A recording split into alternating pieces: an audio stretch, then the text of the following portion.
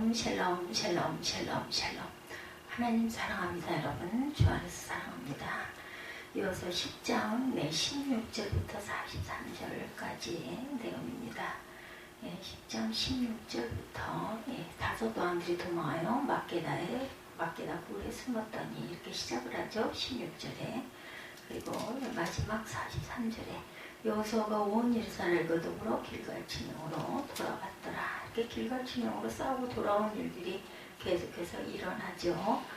거룩한 저주라는 제목으로 함께 16절부터 43절까지 함께 은혜를 나누도록 합니다. 15절에도 보면 여호수아가 온 이스라엘과 더불어 길갈 진영으로 돌아갔더라. 싸우고 승리해서 돌아온 사건이 10장에 연이어 2번 기록이 되죠.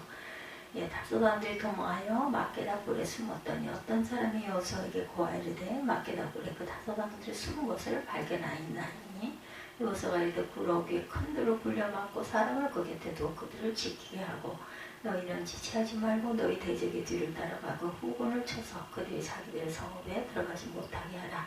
너희 하나님 야훼께서 그들을 너희 손에 넘겨주셨느니라 하고 여호수아가 이스라엘 자손이 그들을 크게 살육하여 거의 멸하였고 그 남은 몇 사람은 견고한 성들로 들어간 거로 모든 백성이 평안히 막게다 진영으로 돌아와 여호수아에게 이르렀더니 혀를 놀려 이스라엘 자손을 대적하는 자가 없었더라.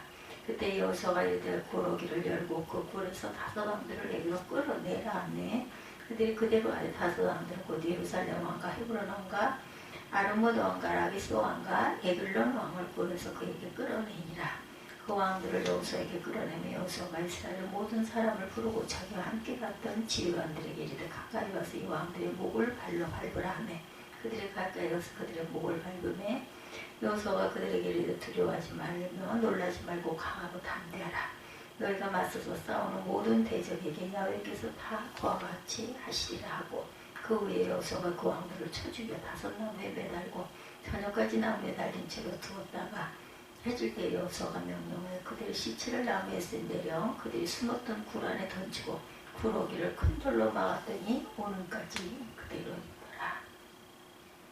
그날에 여호수아가 막게다를 취하고 칼날로 그 성읍과 왕을 쳐서 그 성읍과 그 중에 있는 모든 사람을 진멸하여 바치고 한 사람도 남기지 아니하였으니 막게다 왕에게 행한 것이 여리고 왕에게 행한 것과 같았더라. 여호수아가 온 이스라엘과 더불어 막게다에서 림나로 나아가 림나와 싸우매 야훼께서 또 그 성읍과 그 왕을 이스라엘 손에 붙이신지라 칼날로 그 성읍과 그 중에 모든 사람을 쳐서 멸하여 한 사람도 남기지 아니하였으니 그 왕에게 행한 것이 여리고 왕에게 행한 것과 같았더라.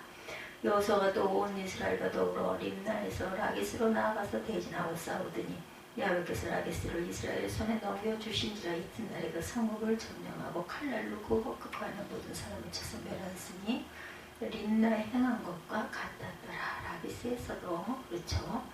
그때 게셀 왕 호람이 라기스를 도우러 올라오므로 여호수아가 그와 그의 백성을 쳐서 한 사람도 남기지 아니하였더라.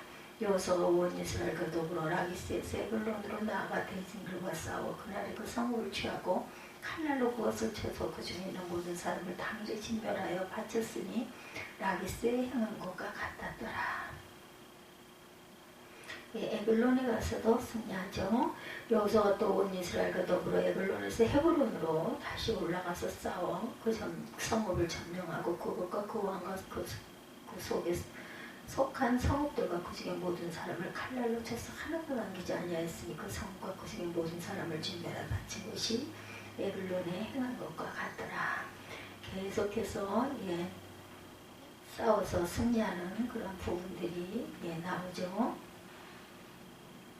여호수아가 온 이스라엘과 더불어 돌아와 드빌에 이르러 싸워서 그 성읍과 그 왕과 그 속에 속한 성읍들을 점령하고 칼날로 성읍을 적화하는 모든 사람을 진멸하여 바치고 하늘도 남기지 않았으니 드빌과 그 왕에게 행한 것이 헤브론에서 행한 것과 같았으니 림나와 그 왕에게 행한 것과 같았더라. 이와 같이 여호수아가 그 온 땅 곧 산지와 내륙과 평지와 경사지와 그 모든 왕을 쳐서 하나도 남기지 아니하고 호흡이 있는 모든 자는 다 진멸하여 바쳤으니 이스라엘 하나님 여호와께서 명령하신 것과 같았더라. 여호수아가 또 가데스 바네아의 가사까지와 온 고센 땅을 기브온에 이르기까지 치매 이스라엘의 하나님 여호와께서 이스라엘을 위하여 싸우셨으므로 여호수아가 이 모든 왕들과 그의 땅을 단번에 빼앗으니라. 여호수아와 온 이스라엘과 더불어 길갈 진영으로 돌아왔더라. 예, 거룩한 저주. 예, 제목에 보면 대부분 고개를 갸우뚱하게 되죠. 거룩한 저주라는 말도 있나. 이유는 거룩한이라는 형용사와 저주라는 용어는 서로 반대적인 의미를 갖고 있죠. 근데 이런 용어를 사용하고 있는 분이 있습니다. 유진 피터슨 목사가 번역한 메시지라는 성경에 이스라엘이 가나안의 족속을 침멸한 사건을 두고 거룩한 저주라고 번역되어 있습니다. 나도 그 표현이 낯설어 한참 동안 그 용어를 되뇌이고 생각을 정리합니다. 거룩한 저주. 생각을 거듭할수록 그렇게 표현하는 것이 가장 적절하다는 동의가 되었어요. 우리가 사용하고 있는 개역개정판 성경은 진멸이라는 용어를 사용하고 있습니다. 오늘날 인권에 대한 문제가 대단히 중요한 이슈로 등장하고 있는 상황에 진멸이라는 단어를 사람을 대상으로 사용하는 것은 적절치 않다라는 생각도 들죠. 또한 하나님에 대한 이미지를 추락시키는 것 같기도 하다. 초기 교회 시대에 말시온이라는 이단이 있었어요. 그가 주장하는 바 구약의 하나님은 진노의 하나님이고 신약의 하나님은 사랑의 하나님이라는 것이죠. 인간적 측면에서 보면 어찌 보면 공감이 가기는 주장이기도 하나 하나님의 속성에 대한 오해와 무지의 결과입니다. 하나님께서 진노하시는 이유는 죄 때문이죠. 그런데 하나님께서 죄에 대하여 진노만 하신다면 그 진노는 의미가 없겠죠. 예를 들어 자녀들이 거짓말하고 부모님의 지갑에서 돈을 빼갔어요. 이 사실을 알고도 모른 척 한다면 부모로서 도리를 다하는 것이 아닙니다. 자녀들이 나쁜 짓을 보고도 관대하게 넘어가는 부모는 없을 거예요. 잘못을 했을 때 상당한 벌을 가하게 되죠. 만약에 화만 내고 벌이 없다면 자녀들의 나쁜 짓은 그치지 않을 것입니다. 하나님은 공의의 분이시기 때문에 죄에 대하여 분노하시고 그리고 그 불의한 행동을 그치도록 벌을 주신다라는 것. 그렇게 하시는 것은 하나님의 공의이자 사랑이라는 거죠. 그리고 그 불의한 행동을 고치도록 벌을 주는 것 자체가 사랑이고 공의라는 것. 하나님께서 가나안 족속들을 진멸하시는 이유는 하나님의 거룩하심과 의로움의 정면으로 도전하고 있기 때문이다. 그들의 우상 숭배와 타락한 문화는 돌이킬 수 없을 만큼 썩어 있습니다. 하나님의 백성들과 가나안 족속들과 함께 공존할 수가 없어요. 하나님의 계획은 아브라함에게 약속하신 가나안, 그 땅에 하나님에 대한 진정한 예배와 통치가 이루어지는 나라를 건설하는 것이죠. 하나님의 계획은 아브라함에게 약속하신 가나안 땅에 하나님에 대한 진정한 예배와 통치가 이루어지는 나라를 건설하는 것입니다. 이스라엘을 통해 세계 모든 열방 가운데 제사장 나라로 만드시는 것이었죠. 가나안 족속들에게는 지난 40년 동안 회개할 수 있는 기회가 주어졌어요. 그러나 그들의 마음은 더욱 완악해지고 회개하고 하나님께로 돌아온 것은 기본성 사람들 뿐이었죠. 비록 그들이 속에서 죄악을 체결했지만 야훼 이름으로 인해 그들이 구원을 받았습니다. 그리고 하나님께서는 이 위대한 계획을 이루시기 위하여 이스라엘 민족을 사용하셔서 정복전쟁의 프로젝트를 진행해 가고 있습니다. 이와 같은 배경을 알고 오늘 본문을 접하게 되면 좀 더 쉽게 이해가 되고 공감하게 될 것입니다. 그래서 잠깐 지난주 내용을 잠깐 돌아봅니다. 가나안 정복전쟁을 수행하는 과정에서 기본 족속과의 화친 조약은 전쟁의 새로운 전환점이 되죠. 그들이 이스라엘과 화친을 맺음으로 가나안의 5왕들은 기본을 응징하려 합의하고 동맹군을 결성해서 기본을 포위하죠. 하급해진 기브온은 여호수아에게 긴급한 요청을 합니다. 이에 여호수아는 기브온을 구출하기 위해 군사를 이끌고 밤새도록 달려가 남부연합군을 공격하죠. 하나님께서 여호수아의 군대와 연합하셔서 적들의 마음에 두려움을 심어주고 골포공만한 우박을 떨어뜨려서 죽게 하죠. 태양을 머물게 하는 이적을 베푸십니다. 여호수아의 기도를 그대로 들어주셔서 남부연합군을 패퇴하였고 그들의 5왕은 도망쳐 나와 막게다불로 피신에 들어가 몸을 숨겼고 오늘 본문은 하나님의 진노가 대적들 가운데 어떻게 임했는지 구체적으로 나타나고 있어요. 5왕들에게 임한 하나님의 저주가 있었죠. 일반적으로 군대를 통솔하는 사령관이 잡히거나 죽게 되면 전쟁은 패한 것이나 마찬가지예요. 가나안 군대 다섯 왕들은 급히 막게다굴에 몸을 숨겼고 그때 어떤 사람이 대적의 다섯 왕들이 막게다굴에 숨었다라는 것을 보고하죠. 여호수아는 보고를 받은 즉시 굴 입구를 큰 돌로 막고 보초를 세웁니다. 그들은 이미 도관에 든 쥐와 같죠. 이스라엘 군대는 계속해서 대적들을 추격하여 완전히 섬멸시키고 막게다의 진영으로 돌아오고 그때 상황을 대변해주는 한마디 21절이죠. 모든 백성이 평안히 막게다 진영으로 돌아와 여호수아에게 이르렀더니 혀를 놀려 이스라엘 자손을 대적하는 자가 없었더라. 하나님께서 이스라엘의 권위를 높여주셨어요. 가나안 족속들이 감히 야훼의 군대를 향하여 입을 놀려 대적하는 자가 없게 하십니다. 그리고 난 후에 막게다굴에서 다섯 왕을 끌어내어 결박하고 백성들이 다 모인 가운데 지휘관을 불러 세우고 지시하죠. 가나안 왕들의 목을 밟아라. 하나님의 군대를 대적하는 자의 말로가 이렇게 된다는 사실을 백성들에게 실제 보여주죠. 그리고 다섯 왕을 처단하여 남에 달아놓은 것을 백성들로 하여금 보게 하고 더욱 사기를 북돋는 방편을 삼습니다. 전쟁은 대적의 왕들을 처단하는 것으로 끝나지 않죠. 이 사건을 계기로 가나안 남부 정복전쟁이 가속화가 되죠. 가나안 남부에 임한 하나님의 저주 28절 이하에 등장하는 성읍의 이름은 가나안 남부의 주의 성읍이죠. 림나, 라기스, 게셀, 에블론, 헤브론, 드빌, 그 외에도 산지와 내겝과 평지와 경사지 그리고 고센 땅까지 점령을 하죠.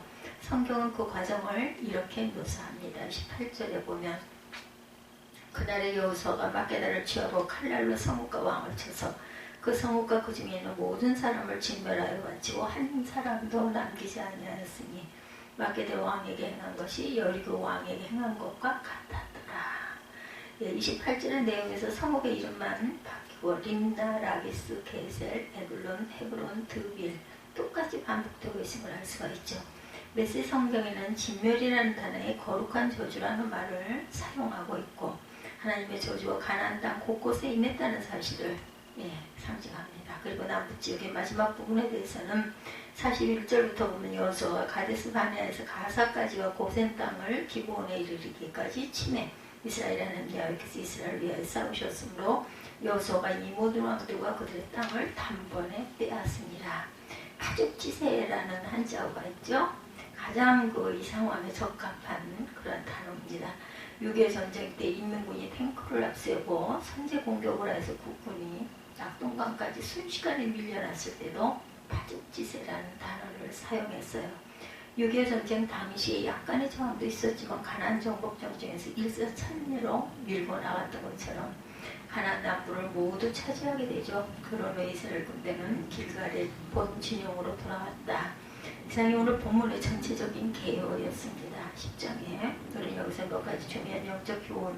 하나님께서 이스라엘에게 대적을 제어하는 권세를 주셨다는 거죠. 첫 번째, 여호수아는 지휘관들에게 가나안 그 오적 다섯 투목 목을 발로 밟으라 이렇게 명령했죠. 그리고 백성들 앞에서 25절의 말씀으로 사기를 북돋웁니다. 여호수아가 그들에게 이르되 두려워하지 말며 놀라지 말고 강하고 담대하라. 너희를 맞서 싸우는 모든 대적에게 여호와께서 이와 같이 하시리라. 듣기만 해도 힘나고 신바람이 나는 말씀입니다. 이 말씀 오늘 이 시대를 살아가는 성도들에게도 똑같이 적용되죠. 예수께서 70인의 제자들에게 둘씩 짝지어 전도하러 보냈어요. 그들이 전도하고 돌아와 기쁨으로 예수님께 보고합니다. 선생님, 우리가 전도할 때 주의 이름으로 귀신들이 항복하는 것을 보았습니다. 이때 예수께서 제자들에게 말씀하시죠. 누가복음 10장 19절에 보면 내가 너희에게 뱀과 정갈을 밟으며 원수의 모든 능력을 제어할 권능을 주었으니 너희를 해칠 자가 결코 없으리라. 오래전 교회당들을 건축하는 분들 새벽기도 때 누가복음 10장의 말씀을 묵상하는데 이 문구가 확 눈에 들어왔다라는 이야기를 들었습니다. 교회당 건축 계획이 중단되고 어느 정도 의소침한 시간을 보내고 있을 때였다고 그러죠. 정신이 번쩍 들었대요. 19절 말씀 너희에게라는 부분에 내 이름을 넣어서 읽으면 내가 너에게 뱀과 정갈을 밟으며 원수의 모든 능력을 제어할 권능을 주었으니 너를 칠 자가 없으리라. 아멘. 얼마나 큰 위로와 힘을 얻었는지 모른다. 예수께서 나에게 이런 권능을 앞으로 주시겠다고 약속하신 것이 아니고 이미 주셨다라는 거죠. 이미 주셨는데 왜 이 사실을 내가 몰랐었지? 이렇게 이렇게 자책하는 메모 카드가에 성경 구절을 적어서 암송했던 기억도 납니다. 말씀 한마디의 위력이 이렇게 강하게 나를 힘을 북돋아주는 말씀, 기적의 말씀이 되죠. 지금도 그때 적어놓은 성경 구절이 책장에 놓여서 종종 들여다보고 힘을 얻기도 합니다. 원수의 목을 발로 밟는 권세는 이스라엘의 몇몇 지휘관에만 주어진 것이 아니죠. 구원받은 모든 성도들에게 주어진 권세입니다. 저와 여러분에게. 그러나 성도들은 사단의 권세에 대해 두려워하고 불안해합니다. 구원받은 모든 성도들에게 주어진 이 권세가 우리가 그 사단의 권세에 대해서 두려워하고 염려할 필요가 없다. 불안해할 필요가 없다. 고린도 교인들이 예수님의 부활에 대하여 의심하죠. 교회 안에 믿음이 흔들리고 있다는 소식을 듣고 안타까운 마음으로 써서 보낸 서신이 고린도 그 서신입니다. 이렇게 외치죠. 고린도전서 15장 55절에 보면 사망아 너희 승리가 어디 있느냐. 사망아 내가 쏘는 것이 어디 있느냐. 사망이 쏘는 것은 죄요 죄의 권능은 율법이라. 우리 주 예수 그리스도로 말미암아 우리에게 승리를 주시는 하나님께 감사하노니. 이전에 우리 그 보훈성가 예수님 권세, 예수님 권세, 예수님 권세, 백권세 찬양 많이 했죠. 우리가 바로 사단의 목을 발로 밟을 권세를 가진 자임을 기억하시기 바랍니다. 하나님을 대적하는 우리에게 하나님의 철저한 심판이 있다. 두 번째로 하나님이 주신 권세를 가진 저와 여러분이 하나님을 대적하는 우리에게 하나님의 철저한 심판이 있음을 알게 됩니다. 28절 이하에 한 사람도 남기지 아니하였으며 32절에 모든 사람을 진멸하여 바쳤으니 40절에 호흡 있는 모든 자는 다 진멸하여 바쳤다. 이렇게 반복이 됩니다. 그래서 하나님의 명령에 대한 이스라엘의 순종이라는 것을 알 수가 있죠. 그렇다면 왜 이와 같은 방법으로 가나안 족속들을 제거해야만 하는 것일까요? 그 이유는 이스라엘 그들의 후손이 대대손손 살아야 할 땅이기 때문이다. 하나님께서 대적의 무리가 조금이라도 그 땅에 남아있는 것을 원치 않으시죠. 왜냐하면 그 땅에 하나님의 목적이 있기 때문입니다. 이것은 신구약 시대를 막론하고 하나님의 자녀들이 가져야 할 삶의 자세이기도 하다. 하나님께서 하나님의 백성들에게 요구하시죠. 내가 거룩하니 너희도 거룩하라. 아멘. 바울은 고린도 교회 성도들을 향하여 권면하죠. 고린도전서 3장 16절에 너희는 너희가 하나님의 성전인 것과 하나님의 성령이 너희 안에 계시는 것을 알지 못하느냐. 누구든지 하나님의 성전을 더럽히면 하나님의 그 사람을 멸하리라. 하나님의 성전은 거룩하니 너희도 그러하니라. 하나님의 성전은 좁게는 그리스도 한 사람 한 사람을 가리키는 것이고 넓게는 그리스도인의 공동체인 교회를 가리키는 것이죠. 우리는 마땅히 우리 자신의 거룩을 위해서 노력해야 합니다. 우리가 거룩하지 못하면 세상에서 짓밟히게 되죠. 원수가 우리의 목을 짓밟게 됩니다. 이것은 참으로 불행한 일이죠. 그러나 많은 그리스도인들이 세상에 짓밟힌 채 살아가고 있습니다. 교회가 거룩하지 못하면 세상 사람들의 조롱거리가 되죠. 이건 역시 불행한 일입니다. 이렇게 되는 이유는 성도들 자신이 누구인지 모르기 때문이죠. 우리는 예수 그리스도의 피로 거룩해진 사람들이고 그러므로 죄악의 대속에 머물지 못하도록 늘 단속해야 되죠. 죄를 용납해서는 안 됩니다. 이스라엘 가나안의 대적들을 진멸했던 것처럼 우리 안에 죄악을 진멸해야 합니다. 바울은 에베소 성도들을 향하여 명령합니다. 에베소 4장 25절부터 31절까지 보면 그런즉 거짓을 버리고 각각 이웃과 더불어 참된 것을 말하라. 이는 우리가 서로 지체가 됩니다. 분을 내어도 죄를 짓지 말며 해가 지도록 분을 품지 말고 마귀에게 틈을 주지 말라. 도둑질하는 자는 다시 도둑질하지 말고 돌이켜 가난한 자에게 보좌할 수 있도록 자기 손으로 수고하여 선한 일을 하라. 무릇 더러운 말은 너희 입 밖에도 내지 말고 오직 덕을 세우는 데 소용되는 대로 선한 말을 하여 듣는 자들에게 은혜를 끼치게 하라. 하나님의 성령을 근심하게 하지 말라. 그 안에서 너희가 구원의 날까지 인치심을 받았느니라. 너희는 모든 악독과 노함과 분냄과 떠드는 것과 비방하는 것을 모든 악의와 함께 버리고 서로 친절하게 하며 불쌍히 여기며 서로 용서하기를 하나님이 그리스도 안에서 너희를 용서하신 것 같이 하라. 내 심령 속에 죄악이 남아있지 않도록 부지런히 살펴야 하죠. 그리고 제거해야 합니다.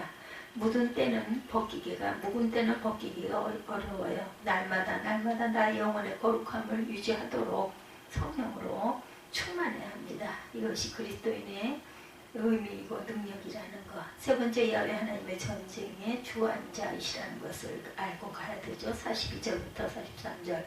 이스라엘 하나님 야훼께서 이스라엘을 위하여 싸우셨으므로 여호수아가 이 모든 왕들과 그들의 땅을 단번에 빼앗으리니 여호수아가 온 이스라엘과 더불어 길갈 진영으로 돌아왔더라. 42절 앞부분 이스라엘 하나님 야훼 이 구절을 서술형으로 풀면 야훼 하나님은 이스라엘의 하나님이십니다. 이런 형식의 문장의 문법으로 도치가 됩니다. 문장의 의미를 강조할 때 사용하는 수사법, 도치법이죠. 이 구절은 이스라엘 백성들에 대한 소유권이 야훼 하나님께 있음을 강조합니다. 이 정복전쟁은 야훼 하나님께서 전두지휘하시고 책임지시는 전쟁이란 뜻입니다. 감히 누가 야훼 하나님을 대적할 수 있겠는가. 여호수아는 명목상의 사령관이었고 실제로 전쟁을 수행한 분은 야훼 하나님이시다. 결과는 그들의 땅을 단번에 빼앗으리라. 남북한한 징벌을 끊는 이스라엘은 승리의 기쁨을 안고 길갈 진영으로 돌아오죠. 돌아오는 이스라엘 백성들 어떤 생각을 하면서 왔을까요? 10장 1절에서 15절에 보면 여호수아가 온 이스라엘 더불어가 길갈 진영으로 돌아왔더라. 그리고 42, 3절에 보면 여호수아가 온 이스라엘 더불어 길갈 진영으로 돌아왔더라. 두 번씩이나 승리하고 돌아오는 내용이 반복적으로 나옵니다. 그들은 하나님의 살아계신과 하나님의 도우심과 하나님의 능력을 경험했던 것이죠. 그들은 아마 그의 가족의 그 전쟁에 어떻게 승리를 하게 되었고 어떻게 하나님께서 도우셨는가를 아마 감격스럽게 증거했을 것입니다. 우리가 분명히 알아야 할 사실, 오늘날도 하나님께서 그의 백성들을 위해 싸우시는 분이고 우리가 예수 그리스도로 말미암아 죄악에서 벗어나 영원한 특성인 천국을 바라보는 인생이 되었지만 우리에게는 우리가 싸워야 할 영적 싸움이 있다라는 것. 에베소서 6장 12절에 우리의 씨름은 혈과 육을 상대하는 것이 아니요 통치자들과 권세들과 이 어둠의 세상 주관자들과 하늘에 있는 악의 영들을 상대합니다. 아멘. 만약 우리가 이 싸움에서 앞장서게 되면 반드시 패할 것입니다. 오늘날 그리스도인들이 패배하는 이유는 주님보다 앞서기 때문이고 주의 말씀보다 앞서기 때문이다. 바울은 승리의 비결을 에베소서 6장 13절에 증거하죠. 그러므로 모든 하나님의 전신갑주를 취하라. 이는 악한 날에 너희가 능히 대적하고 모든 일을 행하며 서기 위함이라. 하나님께서 성도가 패하는 것을 원치 않으세요. 우리 앞에 열교성, 아이성, 가나안성의 많은 성들이 커다란 장애물로 우리 앞길을 막아선다 할지라도 우리의 대장 되신 그리스도께서 우리와 함께 하시면 능히 이기고 남을 줄로 믿습니다. 하루 일과가 시작될 때 잠깐이라도 기도하십시다. 주님 저의 발걸음을 인도하시고 저와 함께하여 주옵소서. 잠자리 드는 시간에 주님 오늘도 승리했습니다. 감사합니다. 가나안은 하나님의 저주 아래 있었던 땅이죠. 그러나 이스라엘이 그 땅을 차지함으로 인해 거룩한 땅이 됩니다. 우리도 역시 하나님의 저주 아래 있던 인생들입니다. 그러나 독생자 예수 그리스도로 말미암아 하나님의 거룩한 자녀가 되었어요. 우리의 전쟁은 끝난 것이 아닌데 우리는 아직도 가야 할 길이 남아있고 싸워야 할 대적들이 우리 앞에 있습니다. 그러나 두려워하지 마십시다. 오늘 말씀을 잊지 말고 기억하시기 바랍니다. 10장이 주는 우리에게 주시는 영적인 교훈입니다. 하나님께서는 그의 자녀에게 악한 세력을 이길 수 있는 권세를 주시는 분. 하나님께서 죄 백성으로 우리의 삶이 거룩해지기를 원하시고 대신 싸워주시죠. 우리가 끝까지 승리하도록 늘 도우시고 함께 하시는 하나님이십니다. 이번 한 주간도 주님과 함께 동행하며 여러 가지 사건과 사고가 있다 할지라도 그것 또한 하나님께서 깨끗이 정리해 주시고 고쳐주실 것을 믿는 저와 여러분이 되시기를 주님의 이름으로 축복합니다.